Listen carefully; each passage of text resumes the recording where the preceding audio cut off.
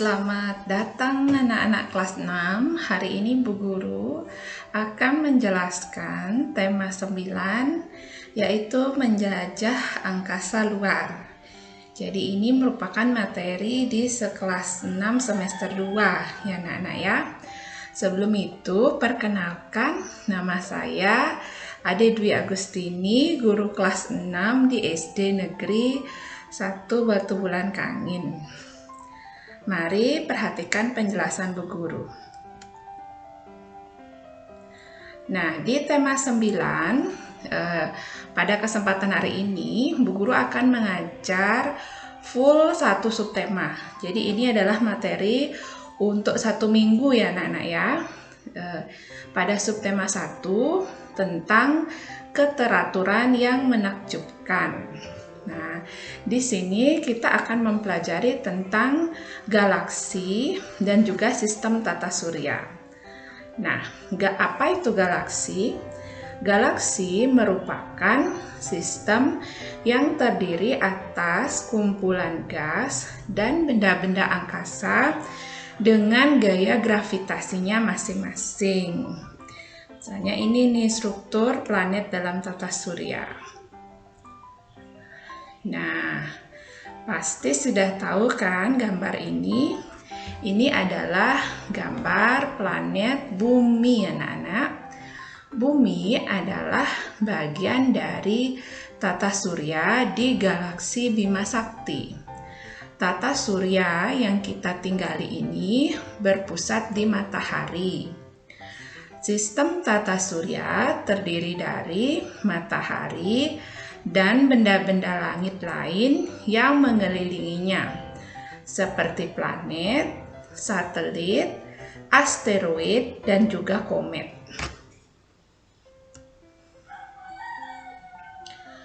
Nah, pada pembelajaran di muatan bahasa Indonesia, kita akan membahas tentang menyebutkan tokoh utama dan tokoh tambahan dalam teks fiksi. Nah, bagaimana caranya? Yang pertama, membaca teks dengan cermat.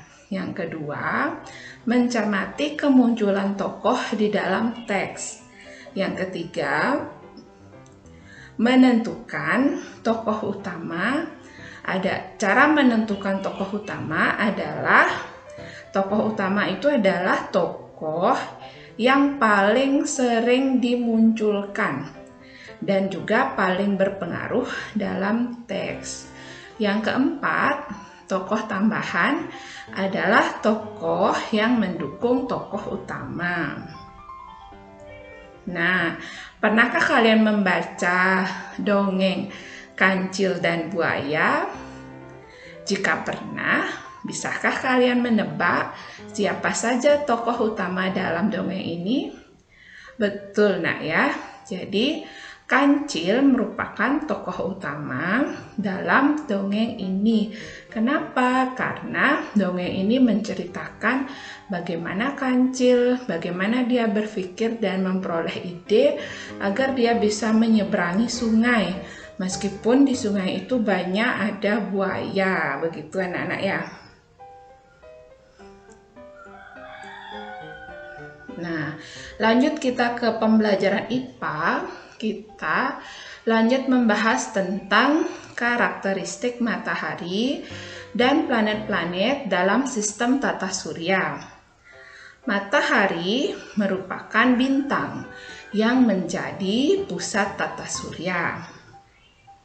Matahari merupakan bola gas hidrogen yang memancarkan panas dan cahaya yang berukuran amat besar ya. Jadi ini gambar matahari anak-anak. Matahari terdiri dari bagian korona, kemudian kromosfer, ada fotosfer dan juga inti matahari.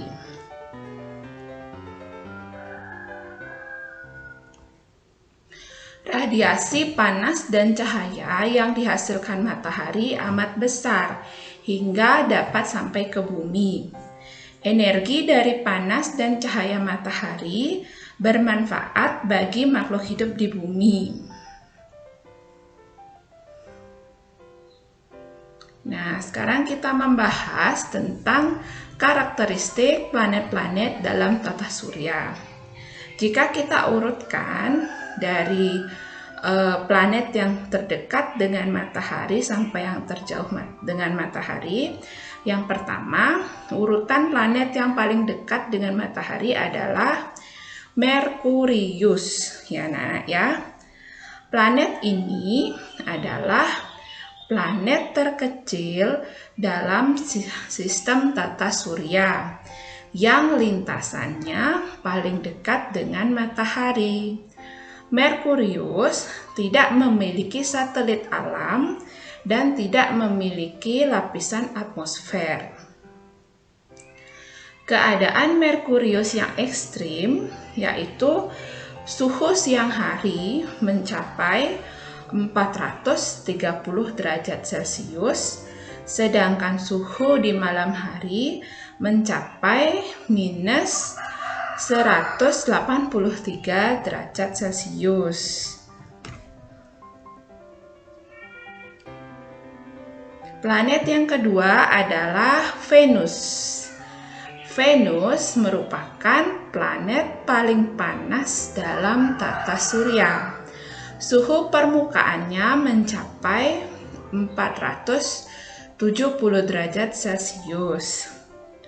Diameter planet Venus adalah 12.100 km, hampir sama dengan planet Bumi. Sebutan bagi planet Venus adalah bintang fajar atau bintang kejora. Yang ketiga, planet Bumi. Satu-satunya planet di tata surya yang dihuni makhluk hidup adalah planet Bumi. Bumi diselimuti oleh atmosfer yang melindungi bumi dari radiasi langsung, sinar matahari, dan benturan meteor. 2/3 bagian bumi ditutupi oleh air.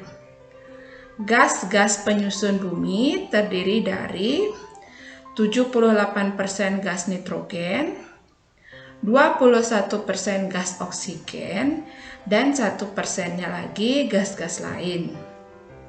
Planet Bumi memiliki satelit alam yaitu bulan.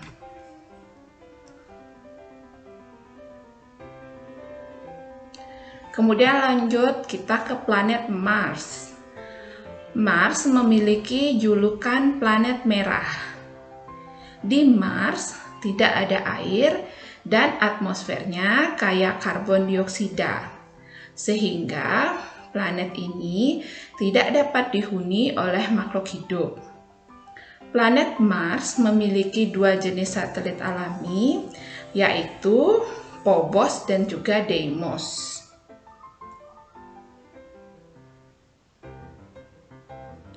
Selanjutnya, planet Jupiter. Planet Jupiter adalah planet terbesar dalam sistem tata surya. Disebut juga planet gas karena tidak memiliki permukaan yang padat. Planet Jupiter memiliki satelit alami yang paling banyak, yaitu ada 79 satelit.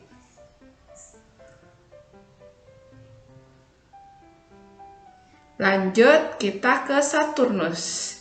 Planet ini memiliki cincin yang melingkarinya. Cincin tersebut terbentuk dari miliaran bongkahan es yang besarnya berbeda-beda. Saturnus memiliki 60 satelit alam. Satelitnya yang paling besar adalah Titan.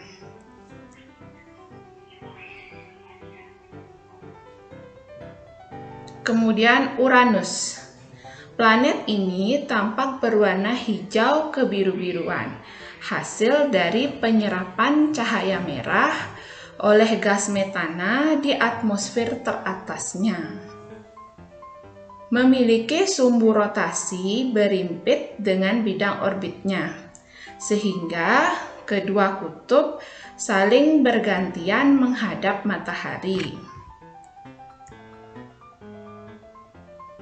Nah, planet terakhir dalam sistem tata surya kita adalah Neptunus.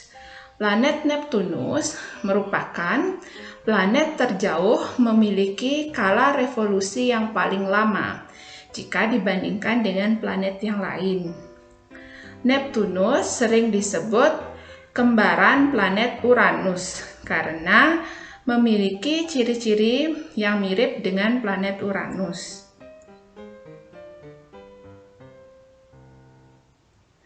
Nah, berikut tabel skala rotasi dan revolusi planet.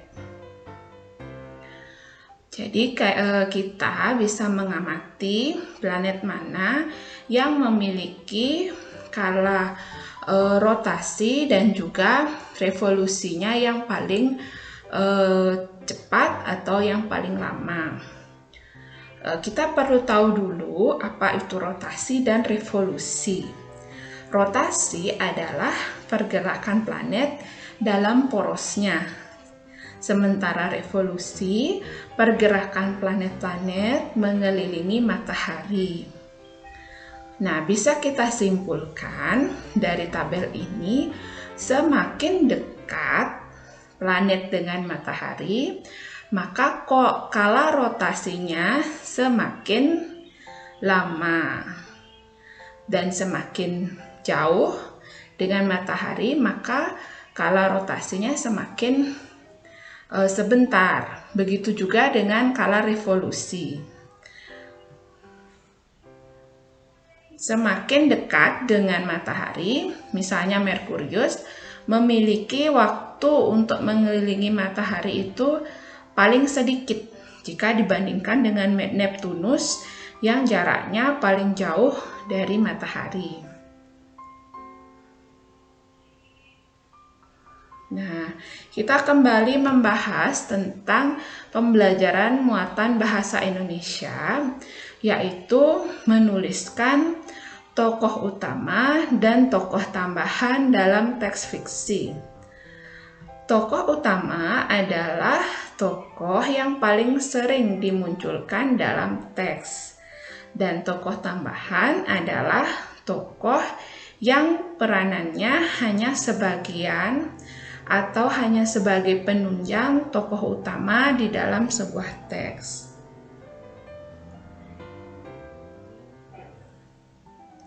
Nah, contohnya, Bu Guru punya satu paragraf. Mari kita baca bersama. Fitri, seorang anak perempuan berumur 11 tahun. Fitri termasuk anak yang badannya tidak kurus dan tidak gemuk. Fitri memakai kacamata dan kerudung. Fitri memiliki teman bernama Komang. Bisakah kalian menyebutkan siapa tokoh utama dan juga tokoh pembantunya? Betul, jadi tokoh utamanya adalah Fitri, karena Fitri yang paling banyak diceritakan. Sementara tokoh pembantu dalam paragraf ini adalah Komang.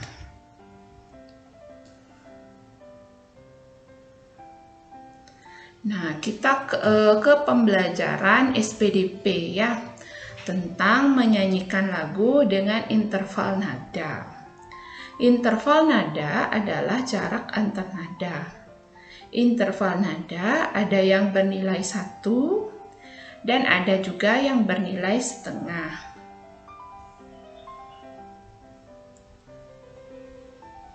Nah, kita ke muatan IPS tentang mengidentifikasi ciri-ciri masyarakat modern. Perubahan kehidupan manusia dari kehidupan tradisional ke kehidupan modern disebut dengan modernisasi. Jadi, modernisasi adalah proses perubahan kehidupan manusia dari kehidupan tradisional ke kehidupan yang lebih modern.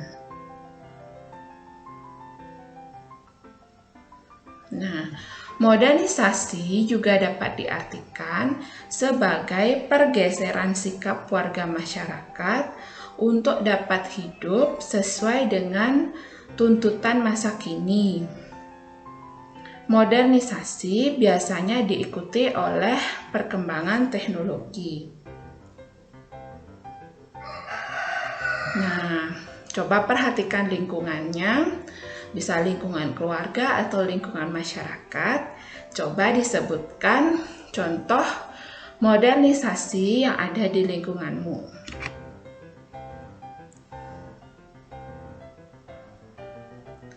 Nah, kembali ke muatan bahasa Indonesia, kita akan menceritakan isi cerita berdasarkan percakapan tokoh. Bagaimana caranya? Yang pertama, kalian membaca teks percakapan dari awal hingga akhir secara cermat. Yang kedua, tulislah informasi penting dari teks percakapan tersebut. Dan yang ketiga, ceritakan secara singkat dan jelas dari teks percakapan.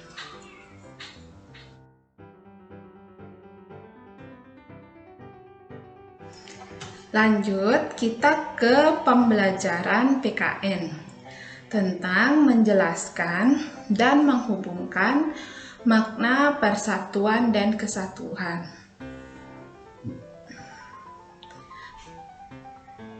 Persatuan berarti berkumpulnya macam-macam corak dari berbagai kalangan masyarakat, ras, budaya, dan adat istiadat dalam masyarakat.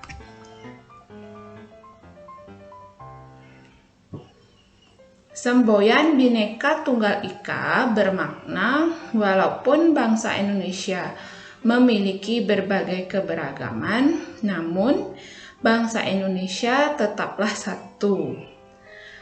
Hal ini menunjukkan bahwa pendiri bangsa kita sejak awal sudah menyadari adanya keberagaman bangsa Indonesia.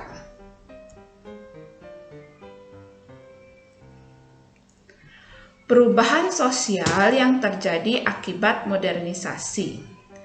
Sarana transportasi yang cepat membantu masyarakat melakukan kegiatan dengan lebih efektif dan efisien. Jadi, sarana transportasi merupakan salah satu perubahan sosial yang terjadi akibat modernisasi. Interaksi sosial masyarakat dapat terjalin dengan baik karena transportasi yang mendukung diadakannya pertemuan di mana saja dan kapan saja. Nah, pernahkah kalian melihat pemandangan ini atau gambar ini? Menurutmu, apa manfaat dari alat transportasi berikut? Lanjut ke pembelajaran bahasa Indonesia, yaitu tentang menjelaskan isi cerita berdasarkan percakapan tokoh. Bagaimana caranya? Yang pertama, bacalah teks percakapan dari awal hingga akhir secara cermat. Yang kedua, cermatilah setiap kejadian yang ada di teks percakapan. Yang ketiga, ceritakan kembali isi teks percakapan yang mencangkup tokoh, peristiwa dalam teks, waktu dan lokasi peristiwa, dan juga konflik dalam teks percakapan.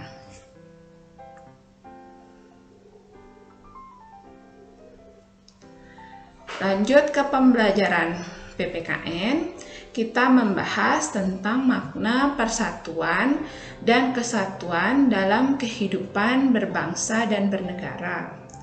Yang pertama, menjalin kebersamaan dan sikap saling melengkapi dalam kehidupan masyarakat. Yang kedua, menjalin toleransi dan rasa kemanusiaan dengan hidup berdampingan secara harmonis. Yang ketiga, menjalin rasa kekeluargaan, tolong-menolong, dan rasa nasionalisme. Nah, apa kegiatan persatuan dan kesatuan yang pernah kamu lakukan?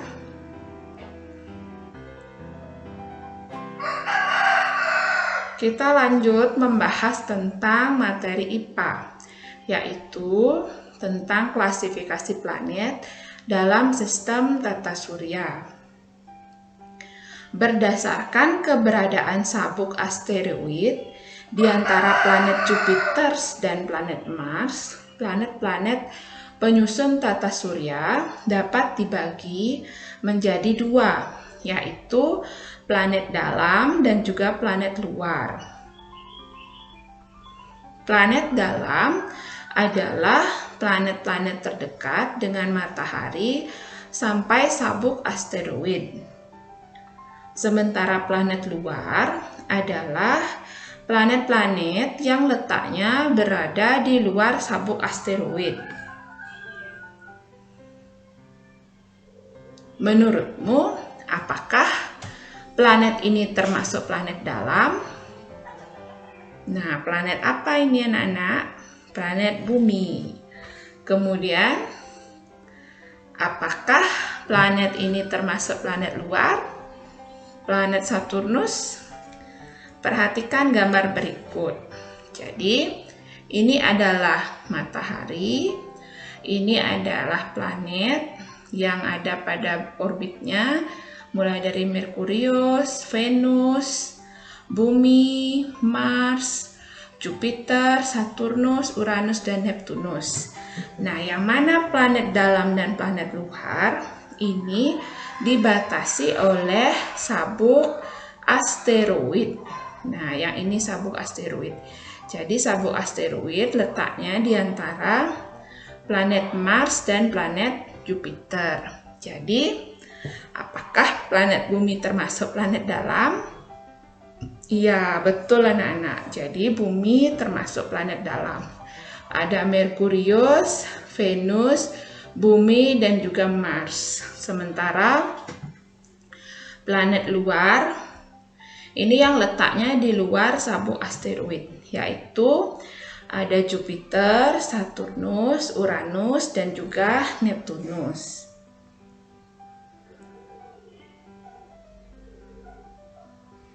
Nah, lanjut kita membahas tentang muatan bahasa, yaitu menemukan bagian-bagian penting di dalam teks. Bagaimana caranya? Yang pertama, bacalah teks dengan cermat. Yang kedua, tandailah bagian-bagian penting dalam teks seperti kata kunci atau pokok pikiran. Dan yang ketiga, tulislah ringkasan dari teks yang dibaca tersebut menjadi teks baru. Nah, kita ke muatan SPDP tentang akor. Akor pada lagu. Akor adalah paduan beberapa nada yang dimainkan secara bersama. Akor atau perpaduan nada-nada ini biasanya sebagai penyerta dan penyatu melodi dalam lagu. Nah, alat musik yang biasa digunakan untuk memadukan nada dalam akor adalah alat musik melodis seperti gitar, piano, pianika, organ, ukulele, dan akordeon.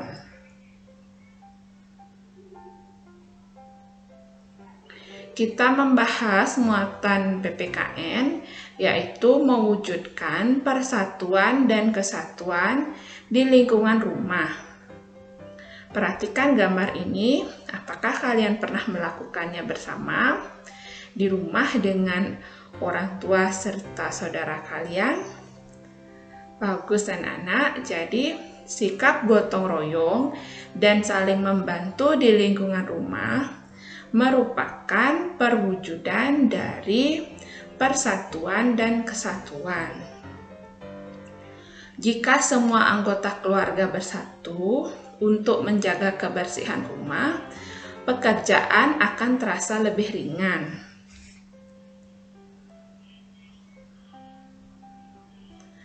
Nah, ayo sebutkan kegiatan apa yang pernah kamu lakukan bersama keluarga di rumah.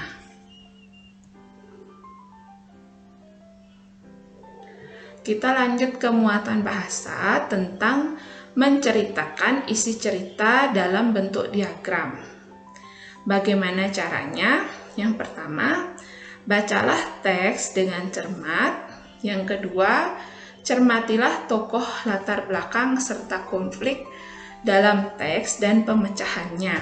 Dan yang ketiga, buatlah dalam bentuk diagram sederhana.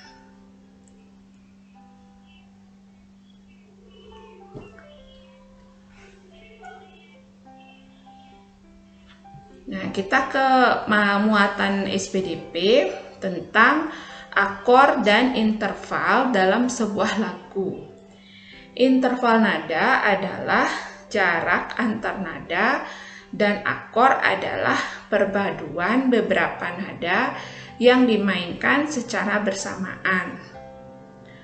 Baik interval nada maupun akor, keduanya penting dalam sebuah lagu, sehingga saat menyanyikan atau memainkan lagu. Nah, sekian pembelajaran kita pada tema 9 subtema 1. Jadi Bu Guru tegaskan lagi, materi yang Bu Guru jelaskan hari ini bisa kalian pelajari untuk 1 minggu, jadi 1 subtema. Tetap semangat meskipun kita masih belajar dari rumah. Terima kasih anak-anak atas perhatiannya.